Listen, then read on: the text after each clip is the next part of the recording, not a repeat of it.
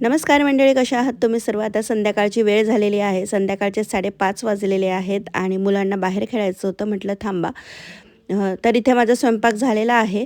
आम्ही लवकर जेवतो संध्याकाळी, साधारण 6-6:30 पर्यंत आमचं जेवण होतं. त्यामुळे मग मला स्वयंपाकसुद्धा लवकरच करावा लागतो आणि 4 वाजता मुलगी येते तेव्हा तिचं जेवण असतं. कारण डब्याला ते पूर्णच खातात असं नाही आहे, भूक लागलेली असते. मग त्यांनी जेवण केलं तर भात थोडासा उरलेला होता, तो मी काढून ठेवला. आता रात्रीच्या जेवणाला होईल.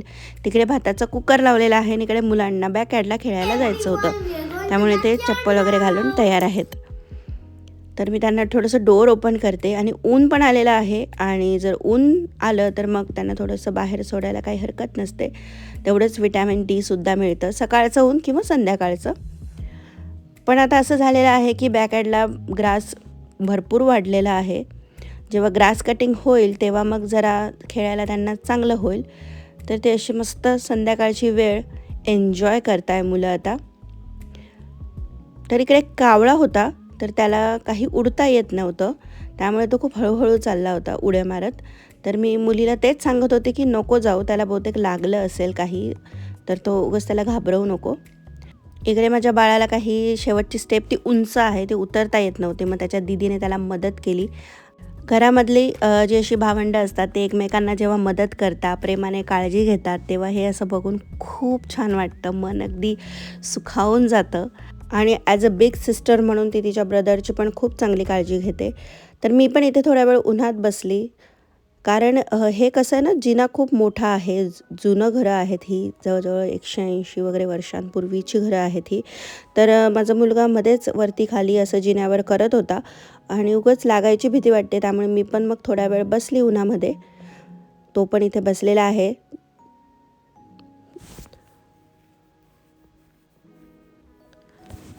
थोड्या वेळ बसून परत किचनमध्ये आले मी. तर इकडे माझ्याकडे एक कैरी होती, खूप मोठी होती ती कैरी.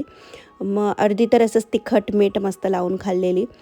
थोडी उरली होती, मग मी तिचे साल काढले, तिला चिरून घेतलं आणि कैरीची जी लोणची म्हणतो आपण, आंबट-गोड चटणी, ती बनवूयात म्हटलं. एकदम चवीला मस्त लागते ती आणि आमच्या घरामध्ये ती मलाच आवडते. का मिस्टरांना आवडते तिखट मीठ वगैरे लावलेली कैरी, तिखट मोस्टली, आणि याच्यात आपण गूळ घालतो. तर कढईमध्ये घेतलेलं आहे मी तेल, 1 पळी. त्यामध्ये अर्धा चमचा घातलेली आहे मोहरी, हिंग, जिरं आणि अगदी पाव चमचा मेथीदाणा आणि कलौंजी. हे पटकन करपतं, त्यामुळे मग शेवटी टाकायचं आणि पटकन कैरी घालायची आहे. तर आता इथे काय झालेलं माझ्याकडून, जो मी गुळाची पावडर वापरली ती कशी थोडीशी काळसर असते, त्यामुळे सगळ्या जो लोणचीचा कलर आहे तो ॲट द एंड काळसरच झाला होता. त्यामुळे थोडंसं मूड गेला आणि कैरी पण थोडीशी जास्त शिजली होती. हरकत नाही, पण चवीला इतकी मस्त लागली. तर ह्यामध्ये मी नंतर घातलेलं आहे लाल तिखट, पाव चमचा हळद, 1 मोठा चमचा धणेपूड आणि चवीनुसार मीठ. सर्वात आधी हे सगळं मी परतवून घेते, मिक्स करते, एकजीव करते आणि त्यानंतर झाकण ठेवून शिजवणार आहे. झाकण ठेवून शिजवलं ना की मग कैरीला पण एक पाणी, म्हणजे वाफेवरती छान शिजते. नाहीतर मग अगदी वाटतंय जळतंय तर मग थोडंसं पाणी घालायचं. तोपर्यंत हा मसाल्याचा डब्बा ठेवून घेते आणि मसाल्याच्या डब्याला भरपूर आपले तेलकट तुपकट हात लागलेले असतात, त्यामुळे पटकन रुमालाने ते पुसून घेतलं की बरं पडतं. आणि साईड बाय साईड ओट्यावरचा थोडासा पसारा आवरून घेत आहे, म्हणजे ज्या वस्तू असतात त्या जागेवर ठेवून देते. तर इथे ही गुळाची पावडर आहे आणि ही पावडर मी टाकली त्यामध्ये आणि त्या ज्या लोणचीचा कलर आहे तो सगळा बदलून गेला. तर जेवढी कैरी असेल त्याच्या अर्धी, म्हणजे 1 कप कैरी असेल तर अर्धा कप गूळ घालायचा. तर एकदा चेक करून घेतली मी कैरी शिजली आहे का. आणि एक स्टीलची कढई आहे, जळू नये म्हणून थोडंसं हलवत राहावं लागतं. थोडा वेळ होता मध्ये आणि इकडून मुलांकडे पण लक्ष देता येतं. तर मी इथे भांडे घासत आहे. अगदी खूप काही भांडे नव्हते, कारण दुपारी डिशवॉशर लावलेला होता, त्यामुळे आत्ता भांड्यांचा लोड जास्त नव्हता. पण आत्ता मी हे भांडे घासते आहे, परत जेवण झाल्यावर परत भांडे येतील, त्यानंतर मुलांचं जेवण राहतं मग ते पण येतील. असं रात्र झोपेपर्यंत हे सिंक भांड्यांना बोलवतच असतं, ते भांडे येतच असतात आणि आपण घासतच असतो. कहाणी घर घर की घर, सगळ्या घरांमध्ये असं असतं. आणि सर्वात मेन म्हणजे चमचे, इतके चमचे धुवायला असतात. तुमच्याकडे पण असतात का? कमेंट करून नक्की सांगा. तर इथे कैरी शिजलेली होती, त्यामुळे मी ह्यामध्ये घातलेला आहे गूळ. कैरी थोडीशी जास्त शिजली माझ्याकडून आणि जो गूळ टाकला त्याच्यामुळे थोडासा कलरसुद्धा बदलला. त्यात गूळ साधारण थोडासा घट्टसर होईपर्यंत मी परतवून घेतलं आणि मस्तपैकी चटणी म्हणजेच लुंजी कैरीची तयार झाली. जेवण केलं आणि आता गॅस ओटा आवरून घेते, किचन आवरून घेते. 6:30 पावणे 7पर्यंत आमचं जेवण झालेलं होतं. तर फटाफट किचन आवरून घेतला, भांडे आवरून घेतले. आता फक्त मुलांचं जेवण बाकी आहे, कारण ते आता 4 वाजता जेवतात, त्यामुळे ते रात्री जेवतील. तर त्यांचं एक तेवढं राहतं. इथे आहे हा माझा मोबाईलचा म्हणजे शूटिंगचं स्टँड.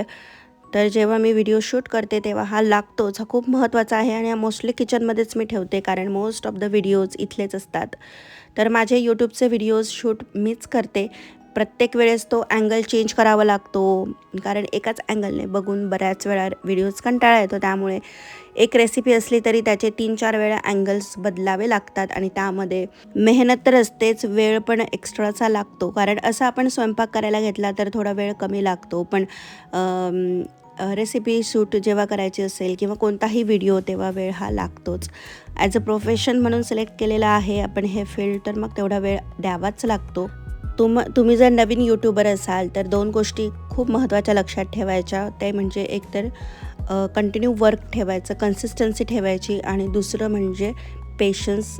कारण पेशन्स लागतातच, कारण आपण मेहनतीने एवढे व्हिडिओज बनवतो आणि त्यावर जर कधी व्ह्यूज दिसत नाही तर डिमोटिवेट व्हायला होतं आणि आपले पेशन्स लूज होतं की नाही आता मला नाही करायचं आहे. होतं, माझ्या बाबतीत पण असं होतं. जेव्हा मी व्हिडिओज अपलोड करते आणि माझ्या परीने तर मी करते व्यवस्थित, पण जेव्हा व्ह्यूज येत नाही त्यावर तेव्हा असं वाटतं अरेच्या एवढी मेहनत घेते मी, मग त्याचं काही म्हणजे व्ह्यूज पण मिळत नाही आहे, म्हणजे आवडत नाही आहे व्हिडिओज की काय असं वाटतं. पण माझी मुलगी आहे ना, ती मला मध्येच असे कधी पण विचारते, मम्मा मग आज किती सबस्क्रायबर झाले आणि मग तुला आलं का यूट्यूबकडून पेमेंट, म्हणजे आले का, त्यांनी दिले का तुला पैसे, मग तू त्यामधून मला गिफ्ट देणार आहे ना मम्मा.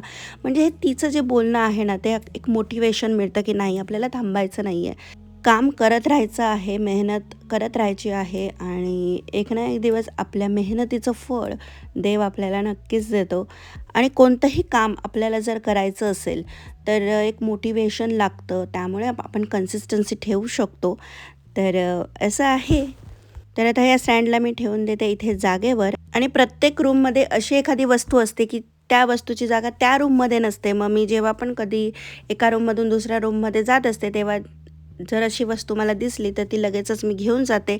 आणि किचन म्हणजे घरातली काही कामं अशी असतात की त्याला 1 मिनिटसुद्धा लागत नाही किंवा अगदी 30 सेकंद पण लागतात. जसं ही चेअर आहे मागे आहे, तर तिला पुढे ढकलायला अगदी 30 सेकंदसुद्धा लागणार नाही. तर ते काम मी असं जाता जाता जे दिसतं मी ते करत असते.